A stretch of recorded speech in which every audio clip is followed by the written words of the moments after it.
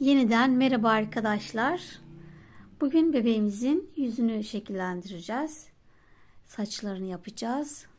Zamanımız olursa kıyafetini de deneyeceğiz. Evet. Önce gözlerimizi içeriye çekelim. Daha sonra kirpiklerimizi, göz akını çalışacağız. Bunun için ten rengini, yani kahveli ten rengi kahve.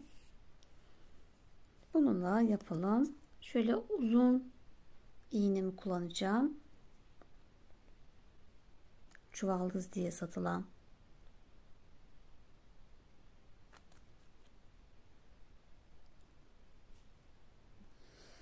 Evet. İpimi taktım ve arka ortadan gözümün hizasına arka ortadan giriyorum. Herhangi bir yerden şunu kenara alalım. Evet, şimdi gözümün tam orta kısmından çıkacağım. Bu şekilde tam ortadan çıkıyorum. İpimizi biraz uzun bırakalım. Daha sonra bağlayacağız. Hemen karşısına denk gelen ilmeğimize batıyoruz. Tekrar aynı yerden çıkalım.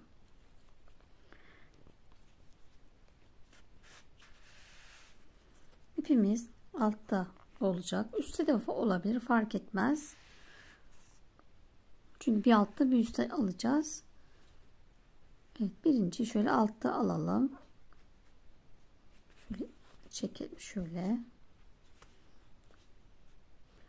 Şimdi tekrar aynı ilmekten giriyorum.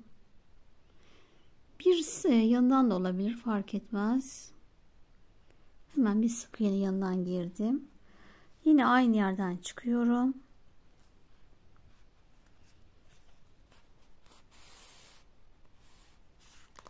İpimizi de şöyle bir çekelim.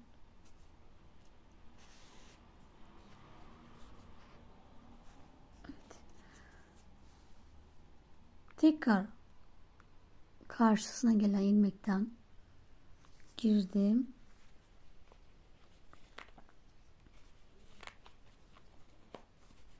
Yine aynı yerden çıkıyorum.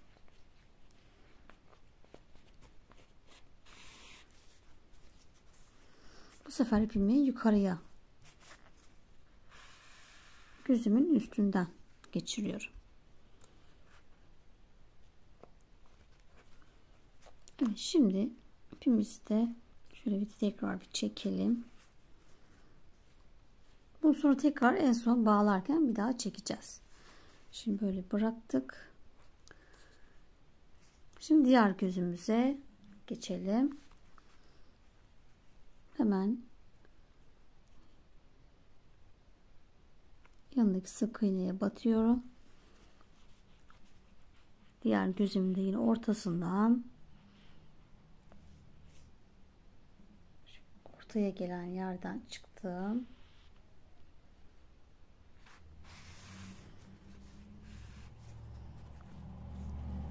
Yine aynı hiza.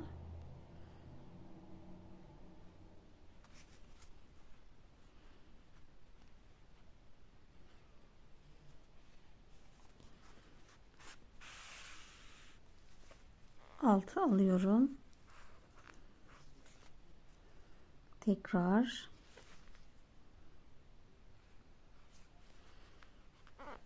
aynı yerden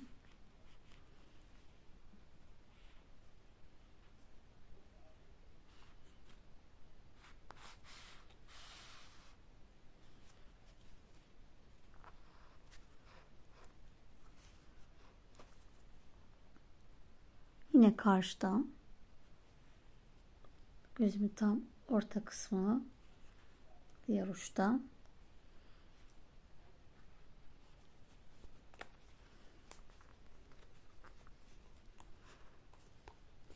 elimize çekelim. Bu sefer ipi yukarıya, gözümün yukarısından geçiriyoruz.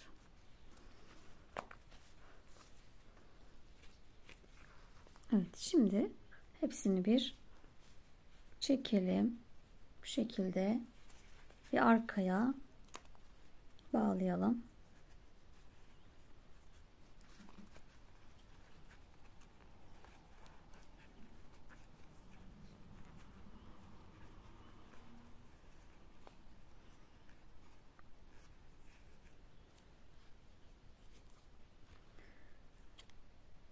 Evet, burası zaten buraya saç gelecek. Arkası kapanacak. Evet, gözlerimizi içeriye çektik. Gayet güzel oldu. Şimdi kirpiklerimizi yapacağız. Hemen siyah koton ipimi alalım. Nerede? Evet, siyah ipimi iğneme taktım ve boyundan giriyorum. Gözümün şuradaki hizası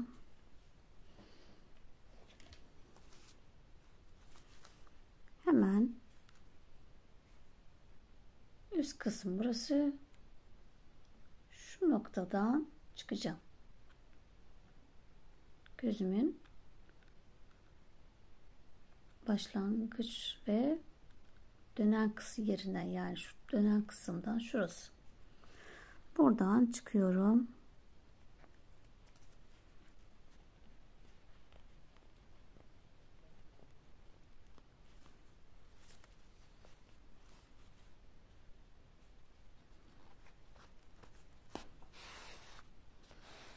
İpimizi biraz uzun bırakıyoruz. Sonra bağlayacağız.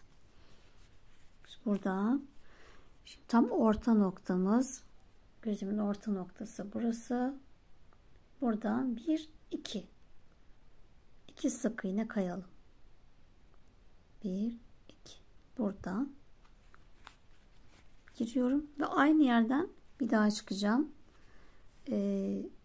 Bebeğimizin ten renginden dolayı çok belirgin olmadığı için çift yapacağım.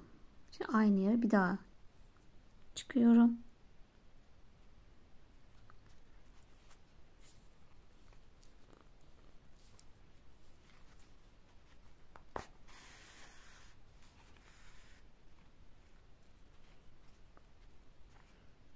Biraz şu çektik. Sonra bir daha aynı yerde. Daha sonra kirpiğimizi yapalım. Pardon. Kirpiklerimizi yapalım.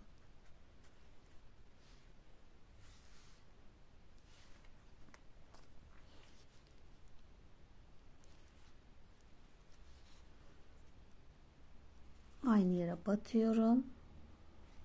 2 sık iğne şöyle bakın yukarıya çıktım.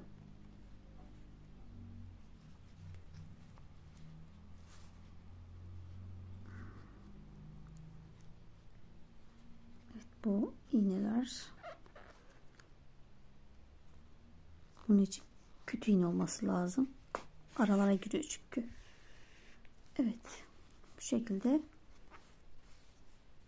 gözümüzün üst kısmını yaptık. Şimdi kirpiklerimizi yapalım.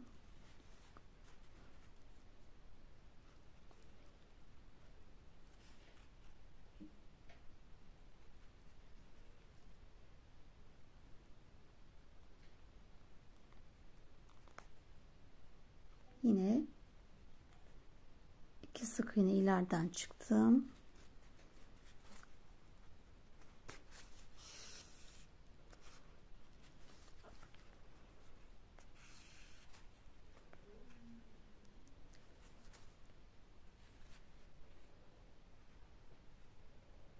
Şimdi ikinci.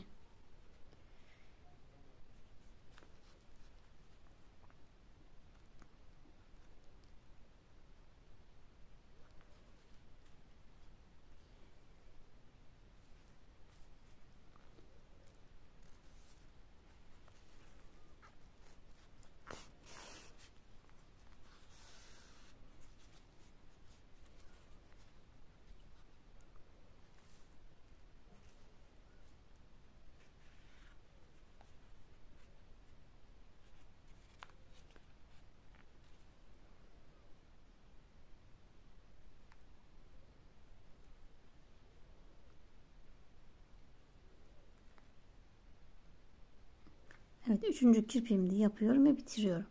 Şimdi buradan karşıya geçip aynısını da oraya yapacağız.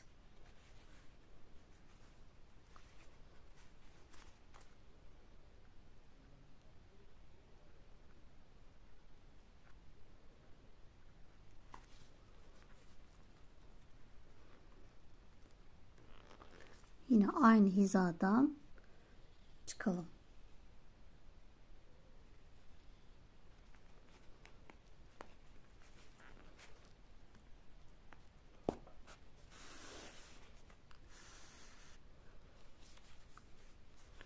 Şimdi buradakini aynısını buraya yapıyoruz arkadaşlar.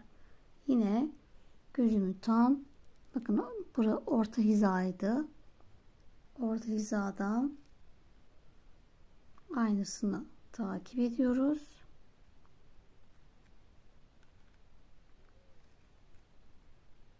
Şurası 1 2 sık iğne kaydım.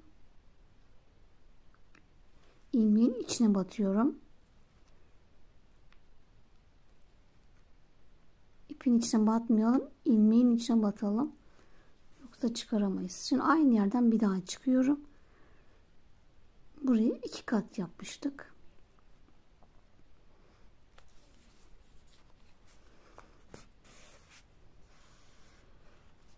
Evet, şimdi burayı da aynı şekilde yapalım. Evet, iki gözümüzü de aynı şekilde aynı hizalarda yaptık. Aynı sayılarla. Şimdi boyundan çıktım. İki ucu bağlıyoruz ipimizi.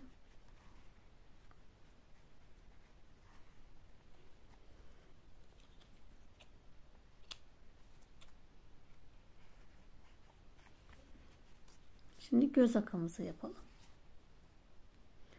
Evet, gözümüzün akı için yine boyundan gireceğiz. Gözümüzü yine hemen şu uçtan, yuvarlak dönen hemen şuradan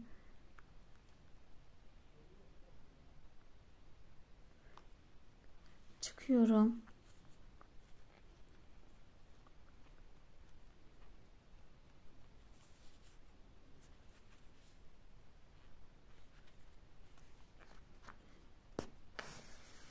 Yine ipimizi biraz uzun bırakalım bağlamak için. Ve buradan gözümün yuvarlak bitiş yerinden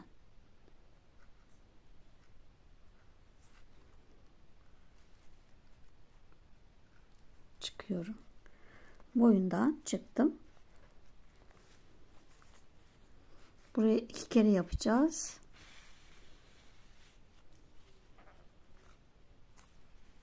İsteyen tek de yapabilir. Biraz bebeğimiz renk siyahi olduğu için daha belirgin olsun diye bir kere daha yapacağım aynısı.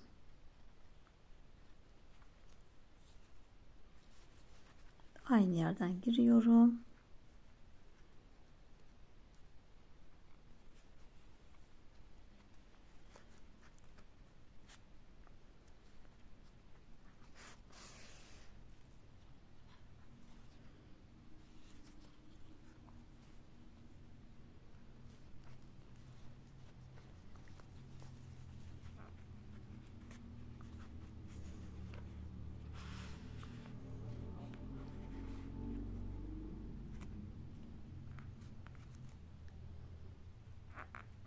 Evet. Çift 2 defa yaptım. Şimdi aynısına karşı yapacağız arkadaşlar.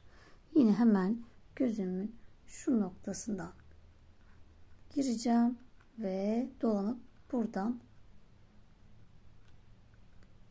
aşağıya yine boyundan çıkacağım. Evet, bu gözümde yine 2 defa yaptım ve boyundan çıkıp ipimizi bağlayalım.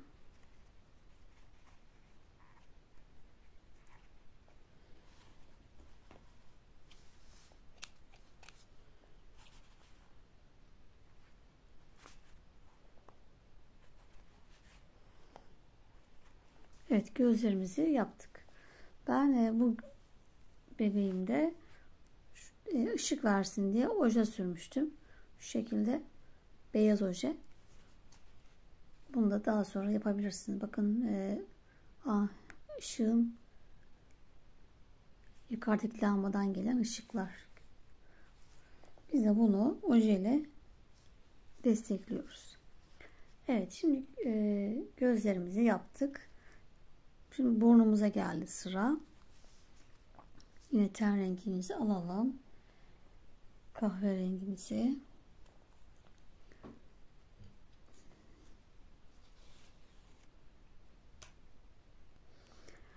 Evet, şimdi burnumuzu ayarlamak için şimdi bu göz altı sıramız burası. Göz akı yaptığımız yer. Buradan bir sık iğne altı buraya gözümüzü yapacağız. Tam ortayı bulalım.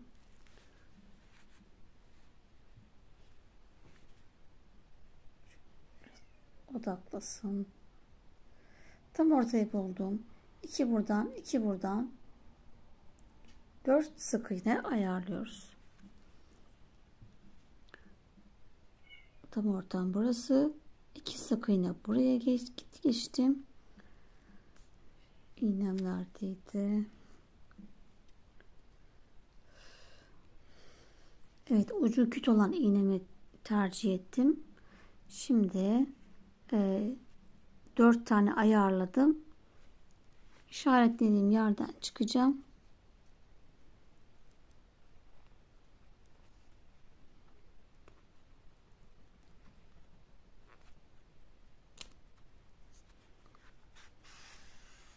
İpimi yine biraz uzun bırakıyorum. Bağlayacağız. Şimdi 4 sık iğne ayarladım. Buraya şöyle 2 defa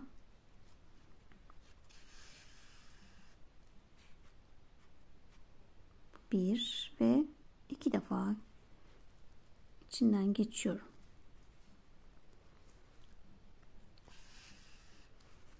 Evet. 2 defa geçtim. Şimdi buranın içini dolduralım.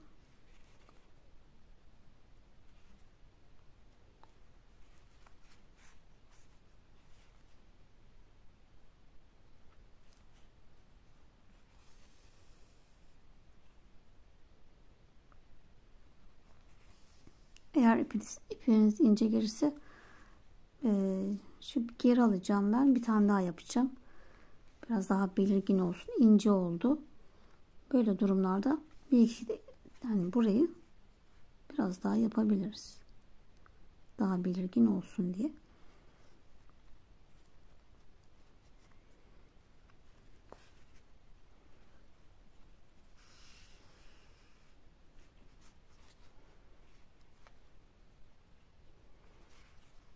Bu kadar yeterli sanırım. Çok da şey olsun istemiyorum. Büyük olsun istemiyorum. Şimdi buranın içini güzelce dolduralım.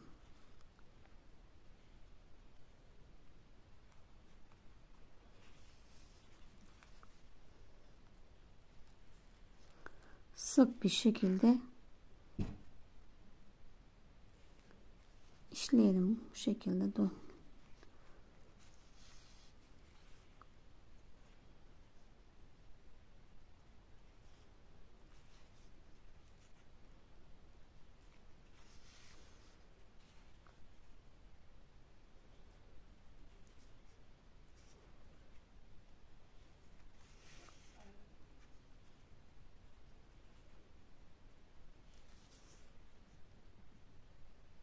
Evet, burnumu bitirdim ve aynı yere batıp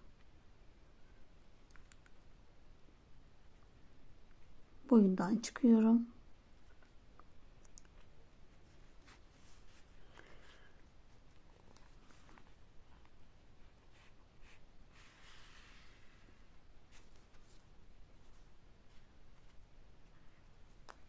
İpimizi bağlıyoruz.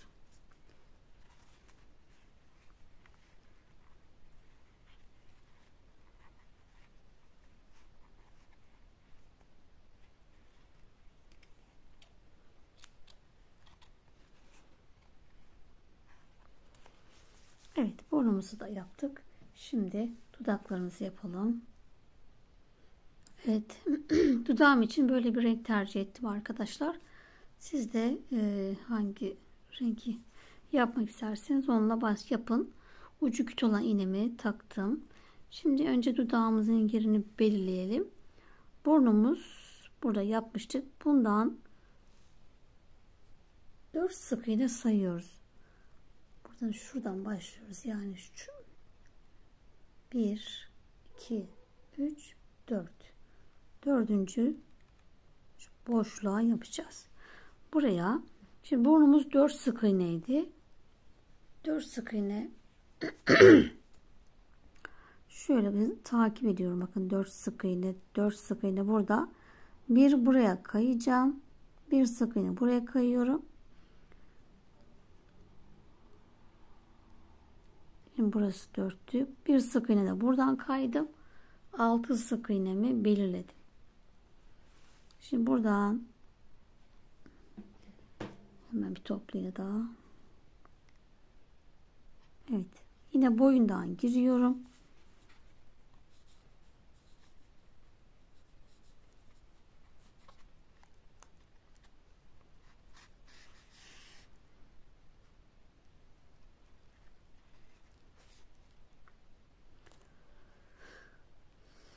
Evet, ipimi yine uzun bıraktım bağlamak için. Şimdi buraya 6 tane 1 2 3 4 5 6 buraya batıyoruz.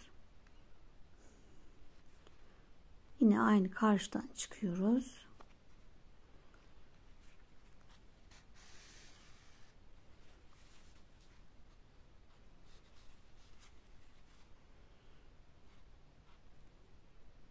Bir tane daha yapabiliriz. Aynı şekilde. Aynı yerden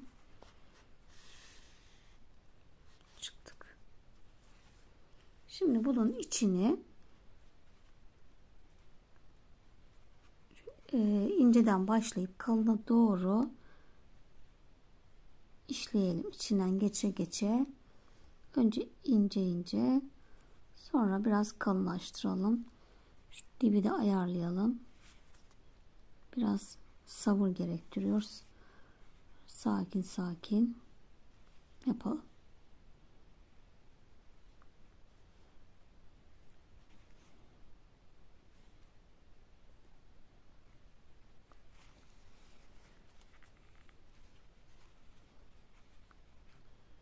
Evet, sık bir şekilde işleyelim.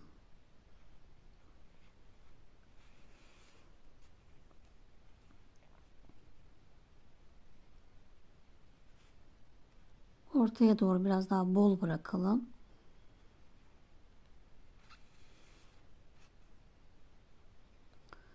Yani dudağımızı biraz kalınlaştıralım. Ortaya geldiğimizde.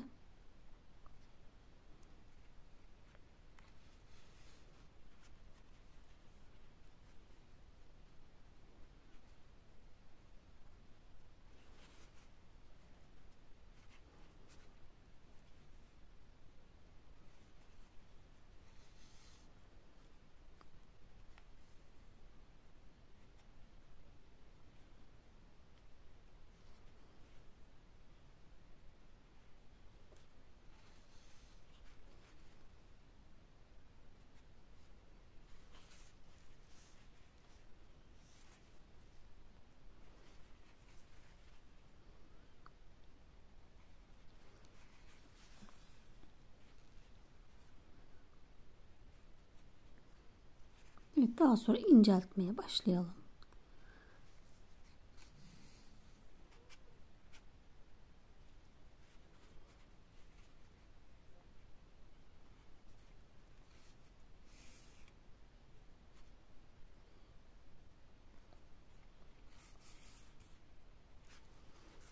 Evet. Bu şekilde ortaya doğru kalın, kenarları fazla çekmiş olduk. Şimdi alt dudağı yapacağız. Şuraya şu boşluğa, boşluk kalmayana kadar yapalım.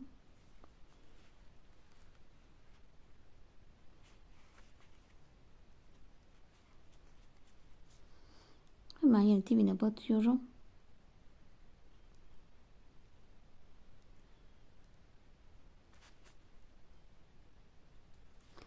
Şimdi 4 sık iğne,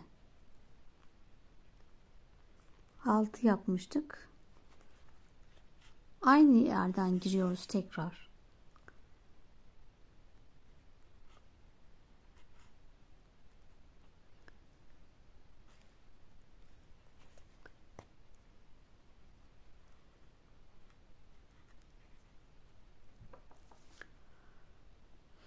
Evet, aynı dediğim gibi sıraya 4 sık iğneden çıkacağız.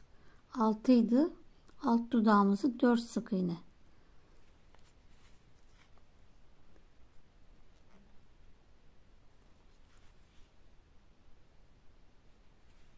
Bir buradan bir buradan içeriden girdim. Aynı sırada.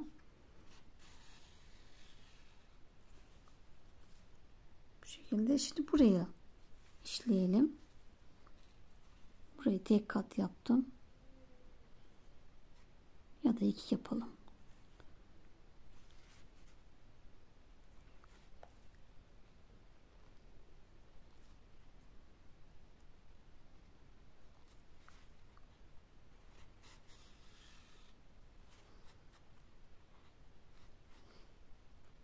Evet, şimdi buranın içini dolduralım. Burayı daha ince yapabiliriz. Çok kalın yapmadan.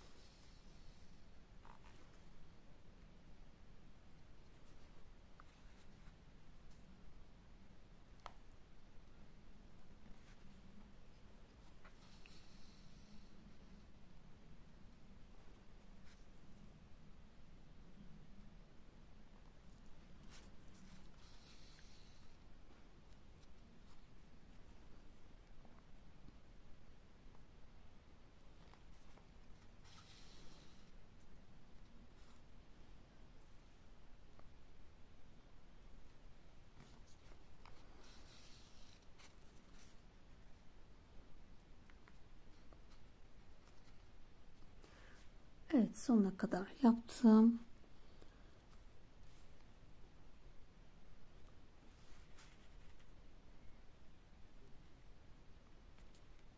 Bir kere daha yapalım. Şurada ip gözükmesin.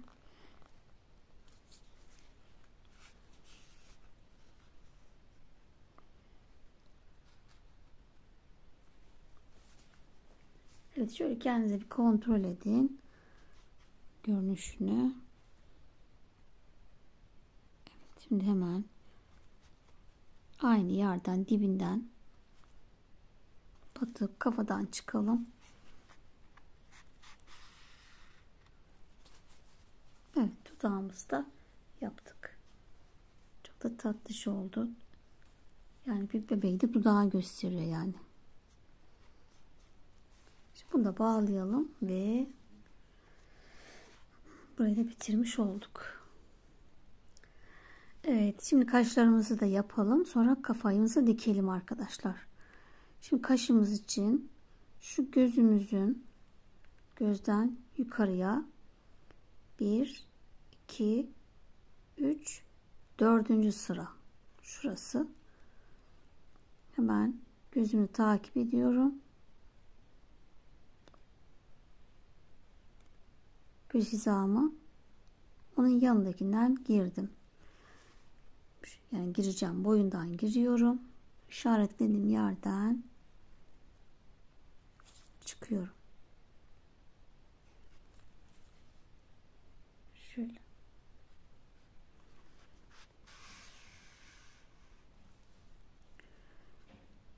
ipini bağlayacak kadar bıraktım. Şimdi bu tarafa doğru 7 tane sayalım. 1, 2, 3, 4, 5, 6, 7. 7 sık iğne saydım. Bir aşağıya iniyorum. Bir alta indim. 2 sık iğne geri ama bir üstte. Şöyle çapraz 2 sık iğne yukarıda. Şu şekil.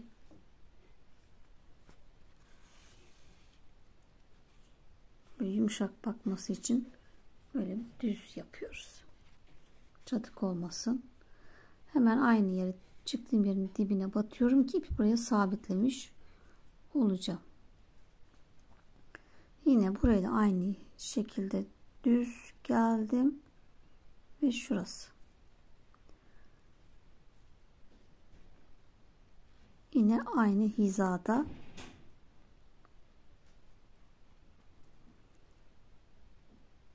2, 4, 6 tane sık iğne var göz arasında. Böyle birkaç düz.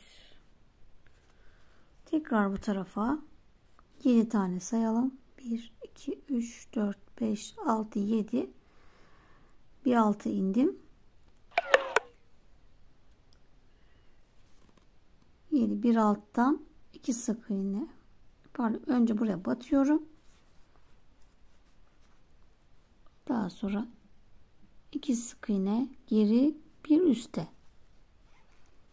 Şöyle çapraz yapıyoruz yani. Bu şekil. Bunu da arkadan yine buraya tutturuyoruz.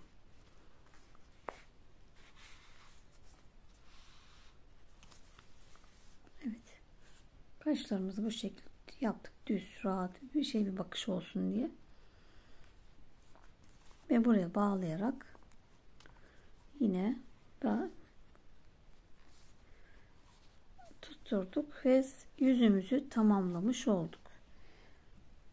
Şimdi hemen kafamızı dikeceğiz. Bu sefer bebeğimin saçlarını öreceğim arkadaşlar. Örerek kıvırcık yapacağız. Tüp saç yapmak isteyenler de nasıl yapıldığını daha önceki videolarımdan bakabilirsiniz. Videonun altına badem bebekten linkini aşağıya bırakacağım. Oradan bakarak aynı birebir yapacaksınız. Şöyle göstereyim bir yandan da. Şimdi şuradaki son arttırmamı buradan 10. sıra yani 10 ör 1 arttır, 9 ör 1 arttır, 8 ör 1 arttırın sırasına yapmışım. Şey de olabilir, fark etmez. Yani bu şekilde. Daha sonra daha bu bitmemişti. Arkaya devam edeceğim arkadaşlar. Biraz zahmetli olduğu için onu sonraya bıraktım. Evet, şimdi hemen kafamızı dikelim. Evet, bebeğimizin dik durması için arkadaşlar gövde ve kafa arasına tel takacağım. Amigurumi teli. Şimdi uçlarını da kıvıralım.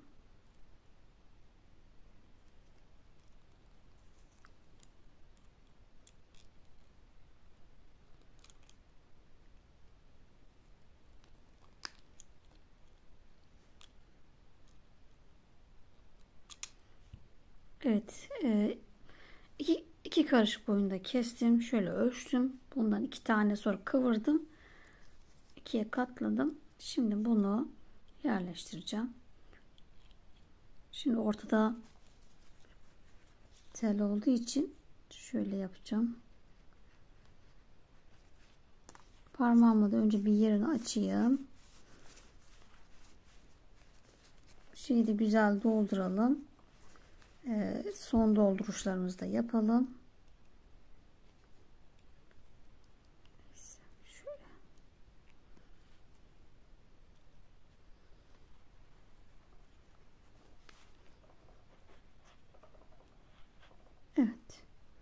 Şimdi buradaki boşluğu da güzel dolduracağım.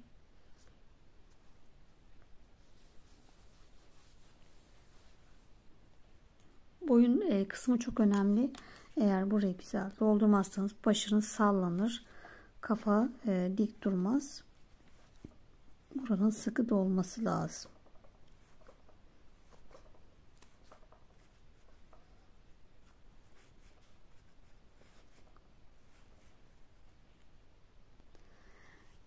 Evet, gövdemde güzel son dolduruşlarını yaptım. Doldurdum arkadaşlar. Şimdi kafamızı da şöyle açtık ve dik olarak yerleştiriyoruz. Bu şekilde.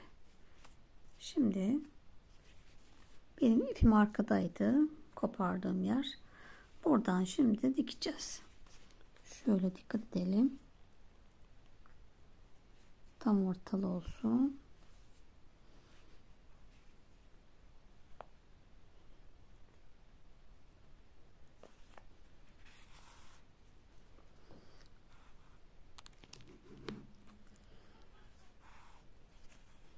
Hemen karşısına gelen ilmekten başlıyoruz.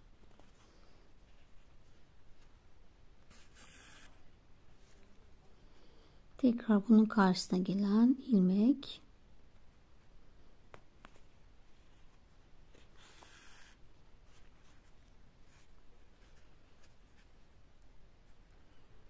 Tekrar karşısına gelen. Evet, hiç atlamadan dikiyoruz.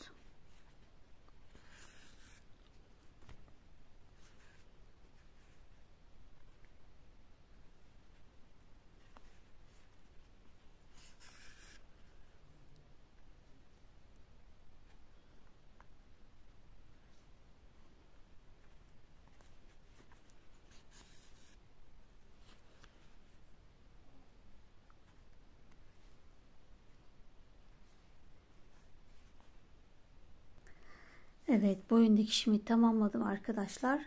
Şimdi saçına geçmeden önce şöyle gözüne ışık verelim diye beyaz ojemle bir tane dokunduracağım.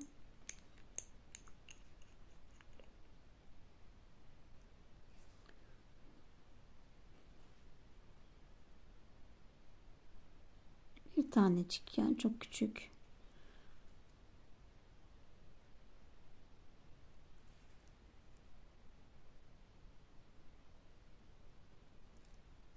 Evet, gözüne ışık vermiş olduk. Bu kuruya dursun, biz de saçlarımızı yapalım. Siyah ipimizle. Tabii siz renkli yapabilirsiniz. Evet arkadaşlar, boyunu diktikten sonra, yani 2 gündür ben saçları örüyorum.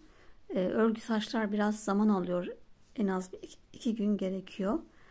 Ben bunu daha devam edeceğim. Şimdi size daha açık renkle başlangıç yerini yapacağım. Daha sonra hep aynısını tekrar edeceğiz. Henüz şu kısmı kadar ördüm. Bu tekrar devam edecek.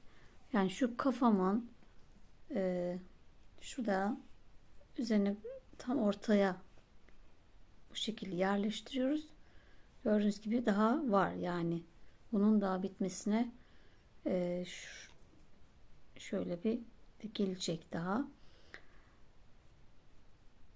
O yüzden de ben örmeye devam edeceğim. O arada da bu videoda yüklenmiş olur.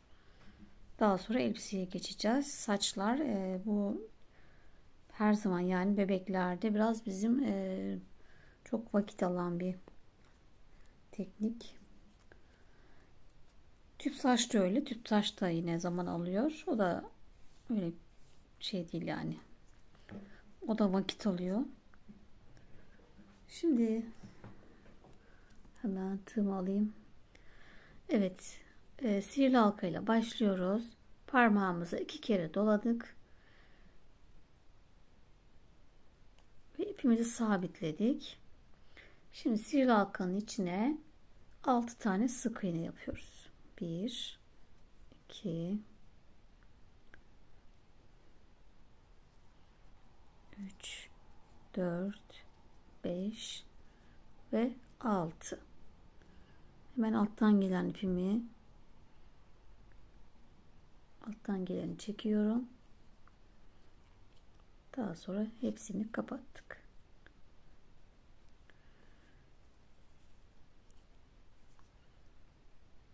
Hemen ilk sık iğnemize batalım.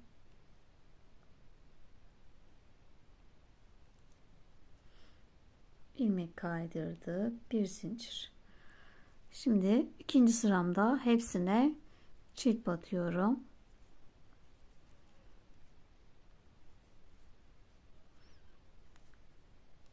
Ve 6 tane sık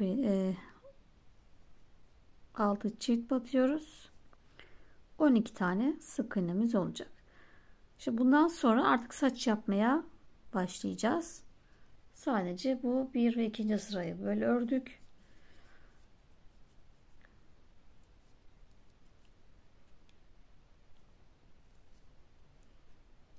Evet. 2, 4, 6, 8, 10, 12. Şimdi arkadaşlar şöyle araya ip takalım. Sıramızı da şöyle ince bir ip takalım.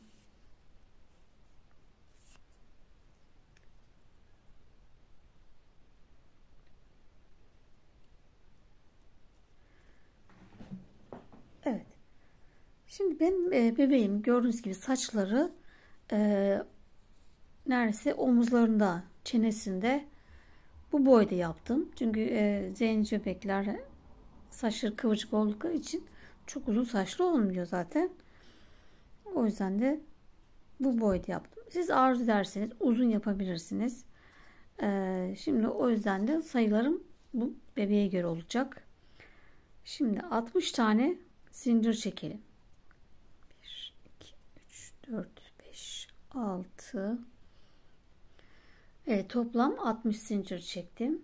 Bunu 50'ye de düşürebilirsiniz. İpiniz daha kalın da olabilir. Ona göre ayarlayabilirsiniz. İlla ki aynı olacak diye bir şey yok. Evet, şimdi bir atlıyorum. İkinci zincirime tek batıyorum. Şimdi burada 20 tane çift batacağız. 20 tek. Yani bir tekle başladım. Bir çift batıyoruz. Bir tek, bir çift. Bir tek, bir çift. Bunu toplam 20 tane olana kadar arttırmamız. Şimdi 1, 2, 3 tane yaptık. Bu şekilde devam edelim. 20 arttırma olana kadar bu şekilde devam edeceğiz. Daha sonraki düz öreceğiz. Uçları böyle kıvırcık olsun diye. Veya her yeri kıvırcık istiyorum ben derseniz o düz olan yeri de yine çift yapmaya devam edin. Şu şekilde bakın. Böyle uçları kıvırcık, şu kısmı düz. İsterseniz evet, dediğim gibi her tarafında devam edebilirsiniz kıvırcık olmasına.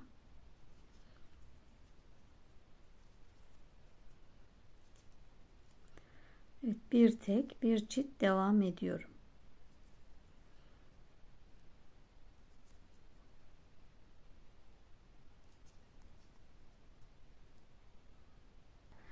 Evet, toplam 20 tane arttırma yaptım. Aralarda hep bir tek batarak yaptık. Şöyle de döndürüyoruz bunu. Böyle kıvırcık oluyor. Şimdi geri kalan sık iğnelerimizi hep tek batacağız.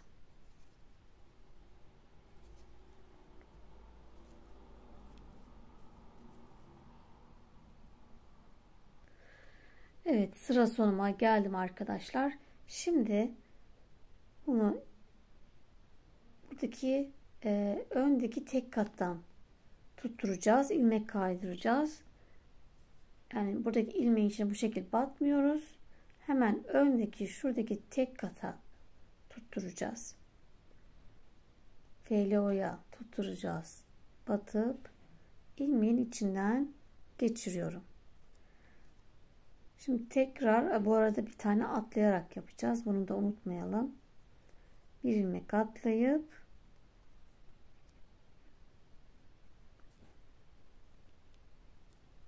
ikinciyi yapıyoruz. Tekrar 60 zincir çekelim ve aynısını yapalım. Evet, 60 tane zincir çektim. Yine bir atlıyoruz. Bir tekle başlıyoruz. Bir çift. Bir tek, bir çift. Yine toplam 20 tane çift yapacağız. Daha sonra düz öreceğiz.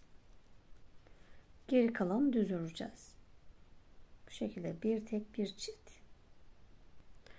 Evet, ikinci saçımızı da bitirmiş olduk. Sıra sonuna geldim. Bu kısmı düz ördüm. Yine şöyle yakından gösterelim. Sıradaki ilmeği atlıyoruz. Yanındakine öndeki tek kattan girip ilmek kaydırıp buraya tutturduk. Bu şekilde tutturduk. Tekrar aynı işlemi yapacağız. 60 zincir çekeceğiz.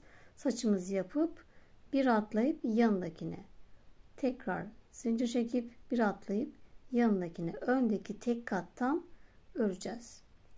Daha sonra çünkü bu arkadaki tek katlara sık iğne yapacağız. Şimdi bu kısım ben şurayı örerek geçeceğim arkadaşlar. Bu çünkü bir örnek, size göstermek için yaptım. Bunu sökeceğim çünkü. Şimdi bu kısmı sanki örmüş gibi geçelim. Şöyle sık iğne öreyim ben. Öndeki tek katlara. Burayı saç yaptığımı düşünün.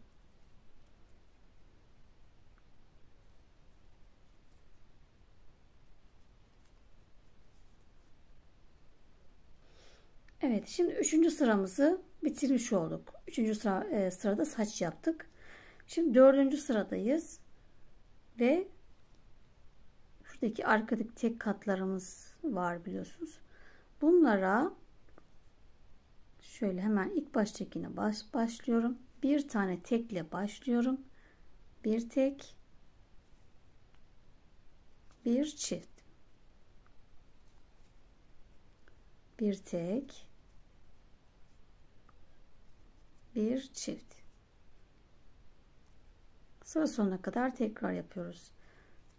Bir tek, bir çift. Bir tek, bir çift. Yine 6 tekrar yapalım. Evet, sıra sonuna geldim. 4 bitirdik. Şimdi 5. sıradayız. Ve burada yine aynı şekilde arttıracağız. 2 tek, bir çift yapalım.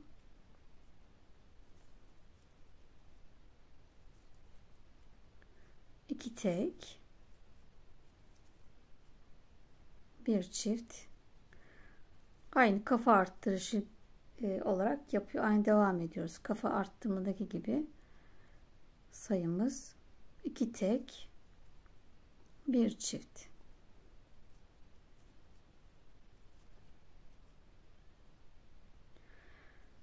Evet, en son 2 tek, bir çift yaptık. 6 tekrar 24 ilmeğimiz oldu. Şimdi saç yapacağız arkadaşlar. Saçlarımızı her bir sırada atlamış olacağız. Bir sıra sık iğne, bir sıra saç yapmış olacağız. Yine 60 zincir çekeceğiz. Şimdi ben bunu kısa çekeyim göstermek size. 60 yapmış gibi 10 tane çekeyim.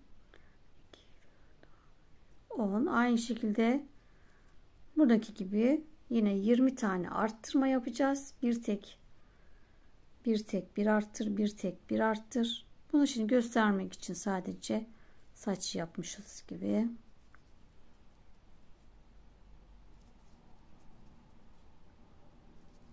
60 zincir çekip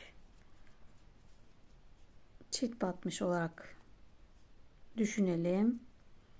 Şimdi bunu öyle yaptık. Hemen ne yapıyoruz? Yine bir atlıyoruz. Sıradaki buydu. Bir atlıyoruz. Yanındakine yine öndeki tek kata batıp ilmek kaydırıyoruz. Tekrar 60 zincir. Ben göstermelik şimdi 10 tane yaptım. Çabuk olması için. Çünkü saç yapmak çok, dediğim gibi 2 gündür saç örüyorum. Daha da bitmedi. Yarın da çünkü geçer. Devam oturmuyor çünkü. Evet, yine dediğim gibi 20 tane arttırıp geri kalanı düz örüyoruz. Ve yine sıradakini atlıyoruz. Yanındakine alttan giriyorum. Tek kat ve ilmek kaydır. Bu sıramıza da yine saçlarımızı aynı şekilde yapıyoruz.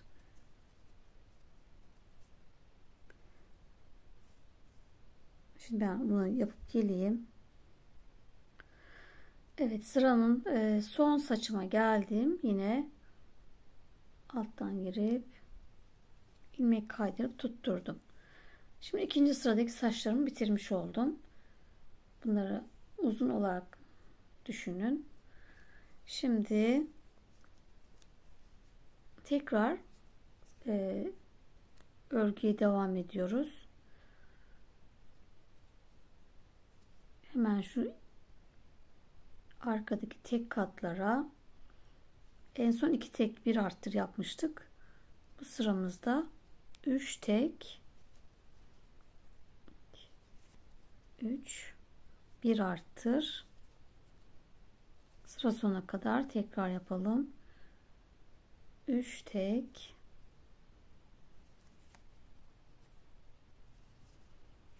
1 arttır. Yine 6 tekrar yapalım. Evet, sıra sonunda 30 sık iğnemiz oldu. Şimdi tekrar arttırıyoruz. Bu sefer 4 tek 1 arttır. 1 2 3 4 1 arttır. Yani saçları her sırada saç yapmayacağız arkadaşlar. Yani şimdi bunu yapıp da hemen buraya saç takmayacağız. Hemen diğer sıraya geçeceğiz. Yani bir atlayıp bir saç takacağız. Bir atlayıp bir saç. Şu şekilde 2 tane olacak. Bu da 2. Sonra saça geçeceğiz. Tekrar 4 tek 4 1 arttır. Sıra sonuna kadar 6 tekrar. Yani bir yandan kafatasını örüyoruz. Aynı saç gibi arttırıyoruz. Bir yandan saçlarımızı yapıyoruz. Evet, tekrar sıra sonuma geldim ve 36 tane sık iğnemiz oldu. Şimdi tekrar saç yapacağız. 2 sıra öreceğiz saç, 2 sıra öreceğiz saç yapacağız arkadaşlar. 60 tane zincir çekeceğiz ve yine bir atlayıp öndeki tek kata tutturacağız. Bir atla öndeki tek kata tuttur. Bu şekilde gidişatımız arkadaki tek katlara, bir dahaki sırada buralara bu 4'tü, bir dahakine 5 tek 1 arttır, bir dahakine 6 tek 1 arttır şeklinde yapacağız. Gidişatımız bu şekilde olacak arkadaşlar. Şimdi şu böyle kafamı şimdi gel böyle yerleştirdim. Dediğim gibi ben odaklayalım. Böyle saçlarımı kısa yapıyorum. Yani kısa derken omuzlarda veya çene hizasında olacak. Ben dediğim gibi daha birkaç sıra daha öreceğim şuralara kadar. Örmeye devam edeyim. Saç dediğim gibi 2-3 günü alan bir şey. Bayağı vakit alıyor. Bu şekilde öreceğiz. Dediğim gibi tüp saç yapmak isteyenler de badem bebeğin saçından yapabilir. Bu şekilde ister tüp saç yapın, ister böyle örme yapın. İsterseniz de farklı saçlarda yapabilirsiniz. Evet, şimdi ben örgüme devam edeyim arkadaşlar. O zamana kadar bunu da yükleyelim. Bir dahaki bölümde kıyafetimizi öreceğiz. O zamana kadar kendinize iyi bakın. Hoşça kalın.